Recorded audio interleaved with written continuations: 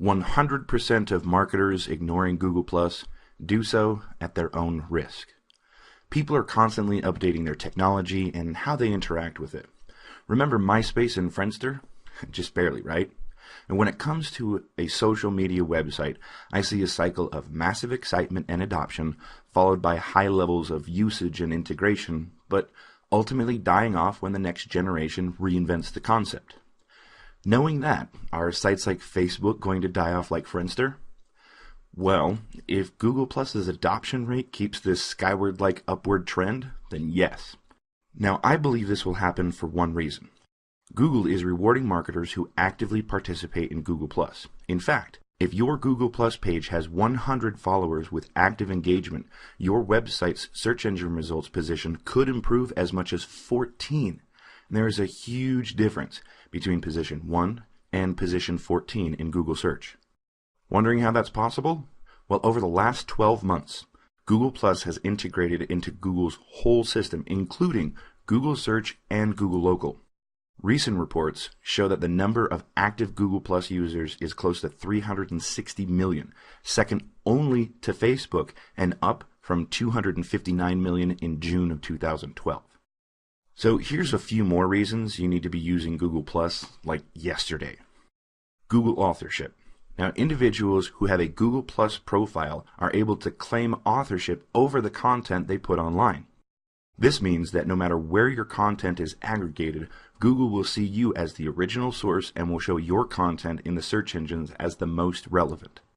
Now, Google authorship allows content creators to link to content they create to their Google Plus profile.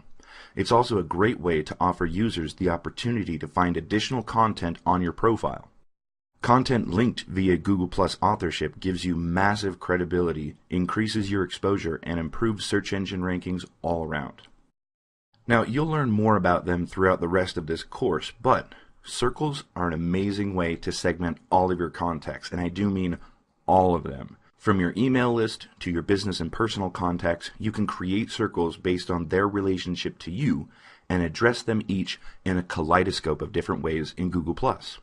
This way, you can tailor messages for each group that no other group in your circles or the public will ever see. You can take it a step further and you can choose to receive updates from those contacts, which can help you better understand your audience and increase engagement.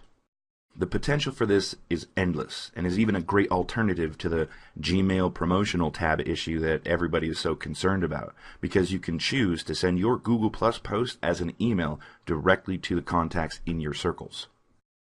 Google Plus is the social network community for making connections and collaborations in the professional community, especially the business and technology spheres. Simply put, it's easier to show any business the benefits of Google Plus over Facebook or Twitter.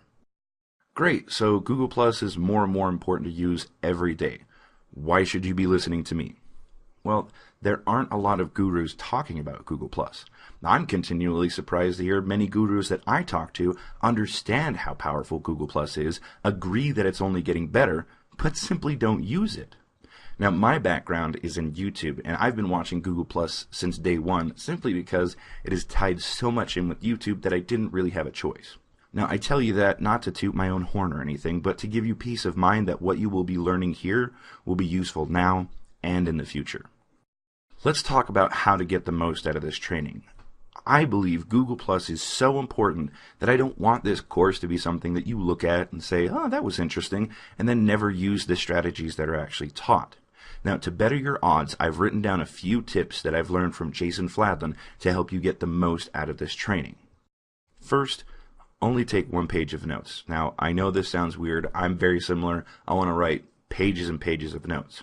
But if you only take one page of notes and you only write down things that you are going to take action on, it will keep your notes short, actionable, and you actually listen closer to make sure you write down the most actionable things. Second, don't consume this course without a goal in mind. What do you want out of this? How do you want Google Plus to help you? Now, by doing this, you will actually prime your brain to remember what you learn and be able to take action with confidence. And finally, third, take action. Now, this can't be overstated enough. Remember when you said to yourself, I need to learn this Facebook thing, or I need to learn this Google thing, or I need to learn this email thing, or I need to learn this internet thing, right? Now, Google Plus is kind of like that. Right now, the mindset for many marketers is that Google Plus is a ghost town, and that's actually perfect for you. Now is the time to get in and get your hands dirty. By learning these strategies and taking action fast, you'll be ready for the massive migration to Google Plus over the next 12 months. Now, with that said, if there's one thing you get out of this course, it's that you understand circles. Once you've got your head wrapped around how circles work and how they can connect you directly to your potential customers, you will understand how 90% of Google Plus works. Now, here's a quick tip before we go. We'll talk about this later, but as you start using Google Plus, you'll want to use hashtags. That's the # plus a keyword or something like that. Marketers that incorporate hashtags into Google Plus posts that match user keyword searches can experience a noticeable increase in website traffic. Now, let's dive into circles. So, thanks for watching, and I'll see you guys in the next video.